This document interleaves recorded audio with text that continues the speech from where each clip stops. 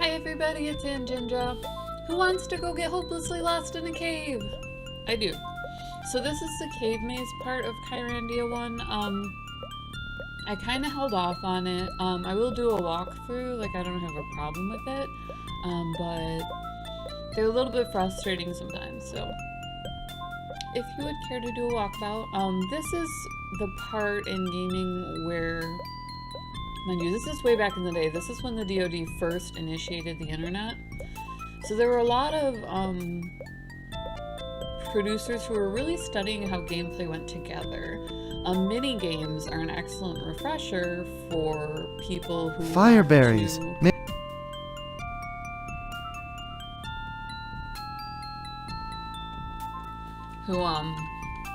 Want to continue playing a game straight through, but they kind of need a mental break. So how many of these do I usually carry? We probably don't need Bryn's note anymore. So that was before we really got into the America Project and military VR, which is now being used to like help police and whatnot. So this is back when it really was casual gaming. Oh, now that's just great. So like I said, you why you give me a heart attack there? You ran into things that were like they seemed good in theory, like putting a maze in seems great in theory, but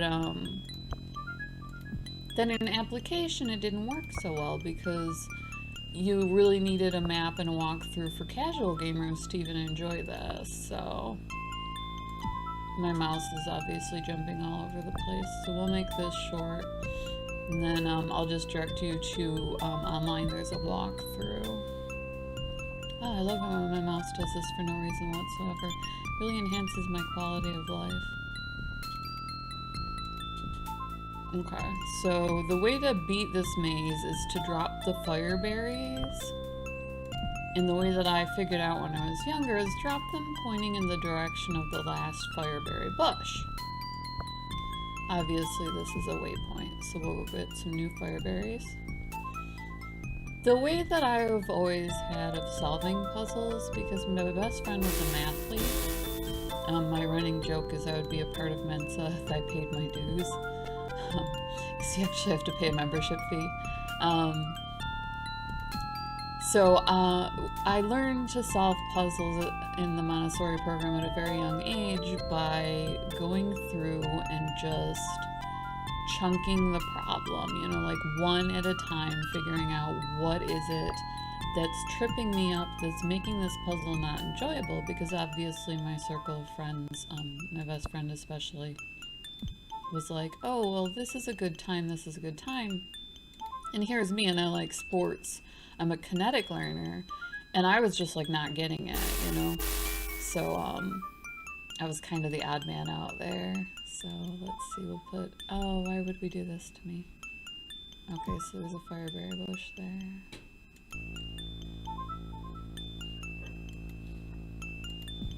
So, see, I don't even like it when my mouse like messes up for a reason.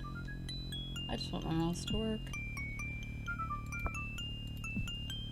So anyways, you wound up with these puzzles that taught you really strange concepts because America was starting to become, I don't know how to not use a double negative here, they were starting to become not a melting pot. The last of the immigrants came through in the 40s. We were starting to really blend rather than have communities. So you ran into a whole lot of like, this is the like America does have an overculture, and this is how you deal with alterity and help people acculturate and things like that. So, you know, obviously when you are born in an upper class neighborhood, I don't know if any of you were, but just kind of like a weird cultural thing. If you're born in an upper class neighborhood, you do tend to be the one who acculturates people, because people will look at you to see what the message is. You know, the middle class always has this curiosity, and some people try and take it out on movie stars and whatnot, and say, oh, they're just like us, and Hollywood syndrome and stuff like that. Well, you really do have a job when you're a part of that culture, and it really very much is to protect America and upper culture and so on and so forth. Okay, so this part of the cavern is already marked out. I did a lot of walking in circles when I solved puzzles. On the upside, I was basically able to teach them by the time I was done, but on the downside, it's like really obnoxious for my friends. So we'll go back up to where the crossover is and we'll drop the rock there, because we do want this rock to go back to where the weights are. So we'll see what we can do for that. Okay, so this is the way back down to the fireberry bush. But so you run into a whole lot of, like, this is how you deal with alterity. Obviously the background music is very slightly not American. There were a lot of examples of culture that were put onto games so that we could give feedback, because back in the day, that's right when forums were coming out. Everyone says AOL, AOL. I say CompuServe, CompuServe, because that's where all the beta testers were, and they wanted our feedback, not just on gameplay. In fact, not even so much on gameplay as on bugs, but they did wind up getting back feedback on gameplay, and creating this really interesting pattern where, like, there was this culture within a culture. It basically created gamer subculture, which had this very naive curiosity about it.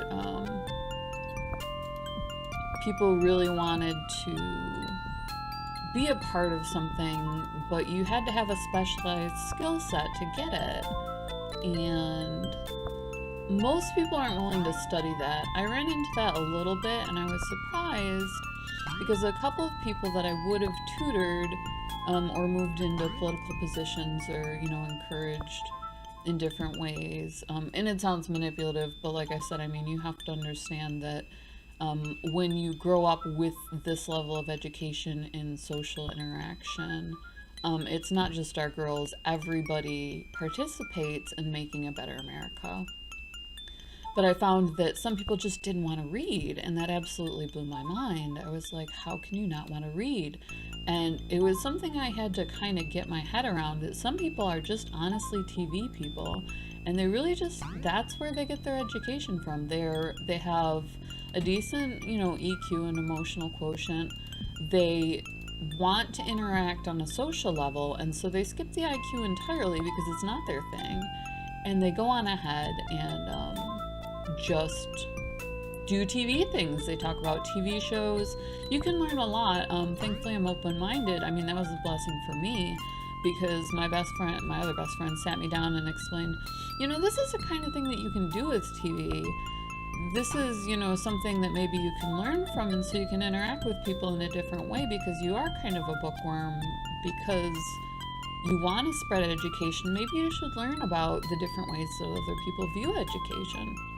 So she introduced me to the different games that people play, like, which TV character are you in this, and then you can reflect on that and learn about yourself, and also project, which is something you do in psychology, where you learn about your interactions with other people by viewing, like what character you are in a TV show, and then kind of trying to imagine what character they are. And maybe just working out, something that would be a social burden, something that you would have to talk about that was personal, that maybe you don't have a fight with your friends about or something like that. So it was a very interesting approach to media. And media was kind of just starting out. Prior to that, it was all in print. After that, we had cellular, we had, video games took off, the internet. We had a giant communications boom, and it was very interesting because, obviously the internet had its boom and collapse, and that created a lot of commerce, and we ran into stuff that we had left behind. So, like, we ran into people who are more socialist, for instance. So, like, Canada's not far away, but it's also not particularly close. Well, all of a sudden, you're not just communicating through internet, you're also, through television, which came about in, I think, the 50s. And it would start at 3 p.m. You were also communicating instantly via email, instantly via text messages. So certain parts of culture would run on ahead of people, and then people would slow it down and catch up by using these techniques to understand TV shows, to understand, their own feelings and stuff like that.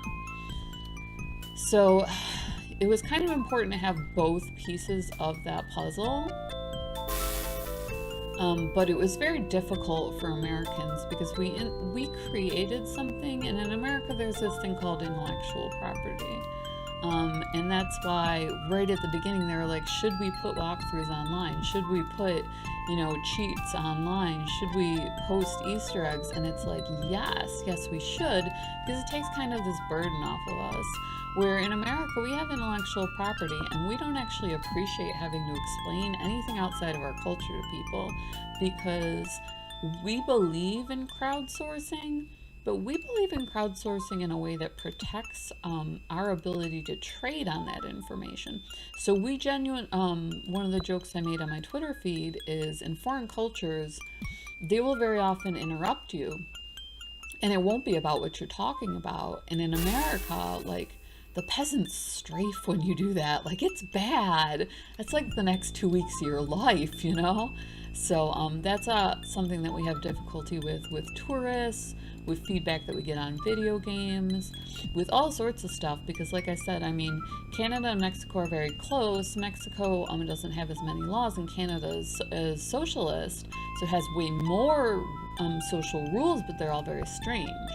So we get this weird sort of help that we don't want when it comes to video games, especially, but any sort of, like what you would consider a meetup, like a meeting of the minds rather than a direct communication. In direct communication, obviously, all of us either speak English or Spanish, and so it's no big deal. You just talk about whatever you're talking about, and then you kind of work your way up from there if you have, concepts or whatever that you are curious about or that you get bored and you want to talk about.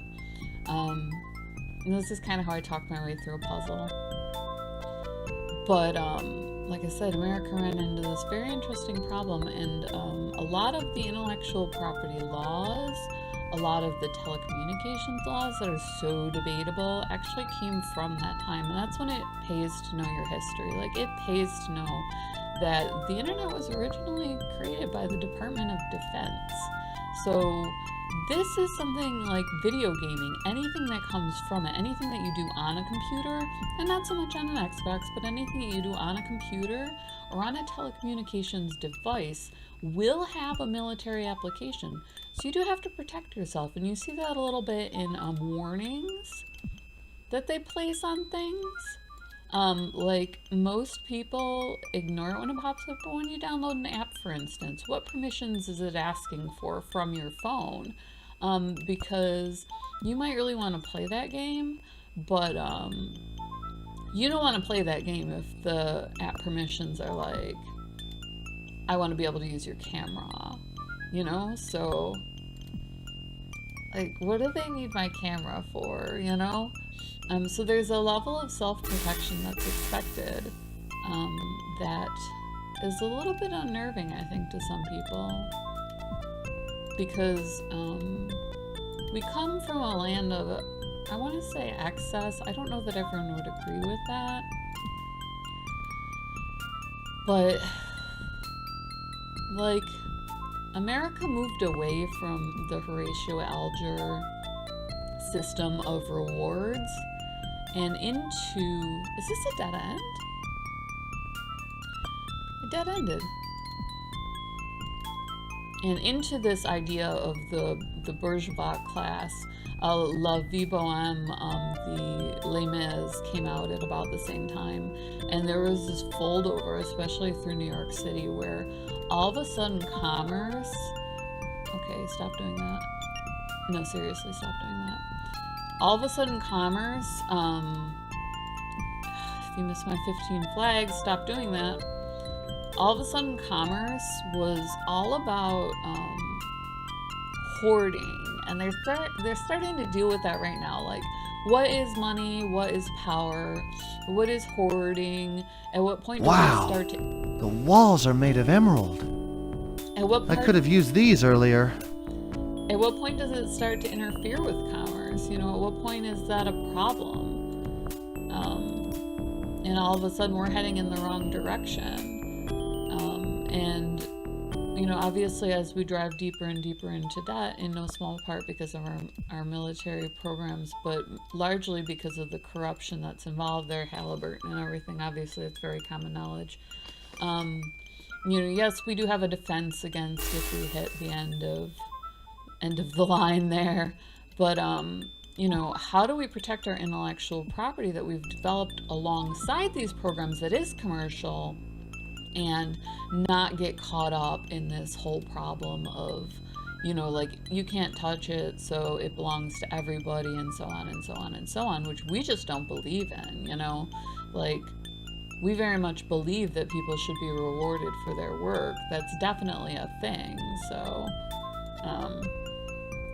this is kind of where we are now. We're in a communications zone. The second one, which is the cellular. I can't see a thing in here. This is roughly what's happening to us. Oh. Because a lot of second world nations Hello? are moving to become first world nations, and this is how their commerce goes.